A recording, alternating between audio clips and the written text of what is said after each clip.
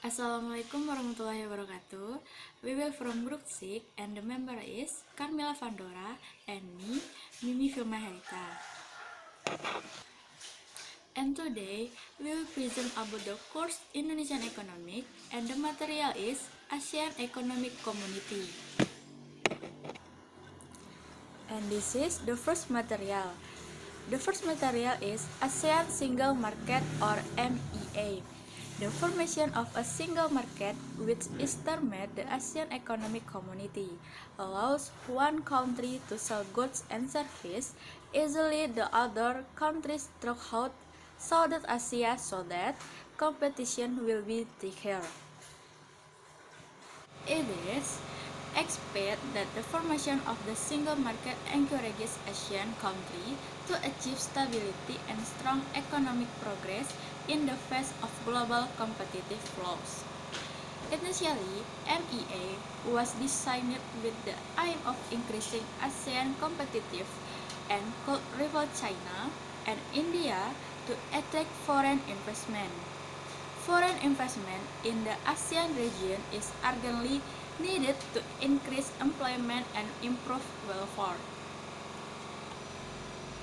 ASEAN Economic Community or MEA is broadly focused on four things, namely, the first, MEA as the single market in Southeast Asia which functioning as a market unity area and production base. The creation of market unity and production base will remove restriction on the flow of goods, investment, capital, service, and professional between countries in Southeast Asia.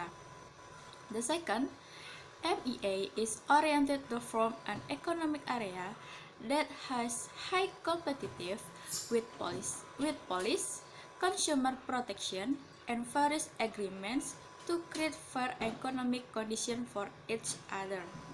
And the third, growing micro, small, and medium enterprise or MSMEs that have high competitiveness and support by ease and obtaining capital. And the last, MEA is integrated with the global economy, so that the market reach achieved by countries in the Southeast Asia regions is much more optimal. Thus, participating countries are challenged to compete strictly with each other. The free market must be well aware of the condition in order to continue to develop the ability to follow competition in any field. And the next material is Indonesian position in ASEAN trade investment. The position of the MEA in Indonesia is that Indonesia consumer will enjoy the price of goods and service at lower price and better quality. Indonesia entrepreneurs who are ready to enjoy a bigger or wider market without barriers. And skilled Indonesia workers can look for wages and jobs, better job protection more easily. In terms of the threat of implementing the or MEA position for Indonesia, it is something that includes infrastructure risks such as inadequate electricity, roads, ports and airports. The quality of human resource is still low. The mindset of Indonesian entrepreneurs who prefer to work on the domestic market and less understand the MEA roles. And this is stable Indonesia position in Asian trade investment. Regarding the benefit of implementing MEA for Indonesia, Indonesia consumer will enjoy the price of goods and services at a cheaper price and better quality. Indonesia entrepreneurs who are ready to enjoy the market without greater obstacles or border.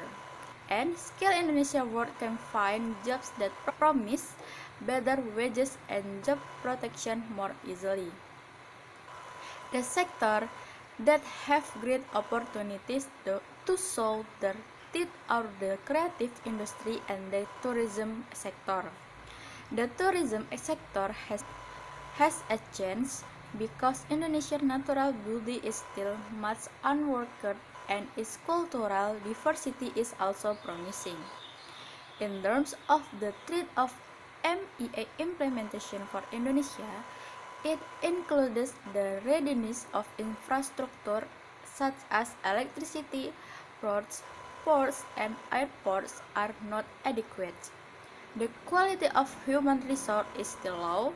The mindset of Indonesia entrepreneurs who prefer to work on the domestic market do not understand the rulers of MEA.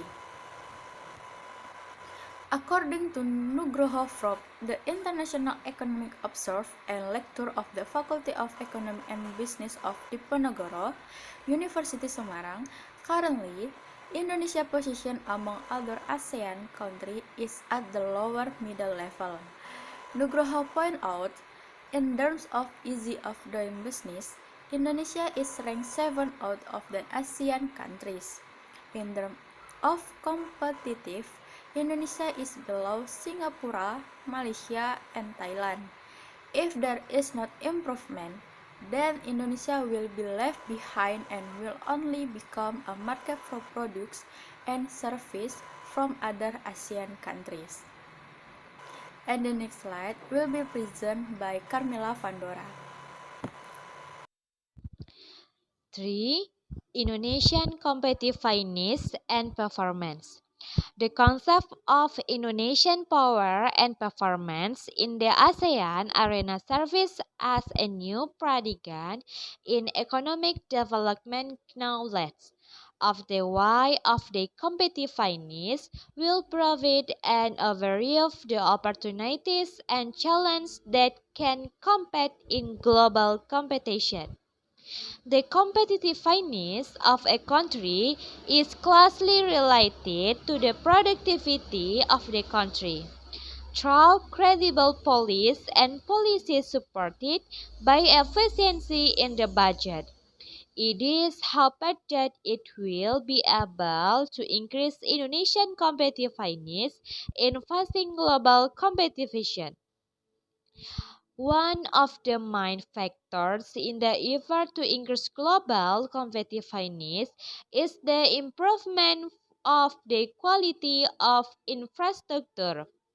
There is positive correlation between the quality of infrastructure and competitiveness. The better the quality of a country infrastructure, the higher its competitiveness. Indonesian infrastructure ranking over the past 5 years has shown significant progress, as reported by the World Economic Forum in the preparation of the Global Competitiveness Index. Indonesian infrastructure ranking in 2010 until 23 was in position 78. A rise 18 place to position 16 in 2016 until 2017. The improvement in the infrastructure quality ranking has been driven by an increase in the infrastructure budget in recent years. Next, impact of liberalization, opportunities, and challenges. A. Opportunity. In facing the AEC, we must be able to take advantage of the opportunities and face the challenges that come. Creativity and innovation in producing product and service can support the existence of domestic product and service to continue to compete with foreign products. Apart from that, improving the quality of human resources and the utilization of natural resources must be carried out as optimally as possible so that they do not fall before other countries in this competition in the free market. And next, B. Challenge 1. Challenge in the trade in goods and services. The flow of free trade, whether it is goods or services, will give rise to competition risks. This means that apart from being and pursuing a country, Indonesia is also an easy target for exporters from other countries. 2. Challenge in the investment sector. In this sector, Indonesia is considered to have a very high risk due to explanation risk. 3. Challenge in the manpower sector. Indonesian labor issues put three dimensional challenges in the term of education and productivity. Indonesia is still far behind its neighboring countries. 4. Challenge in the UMKM sector.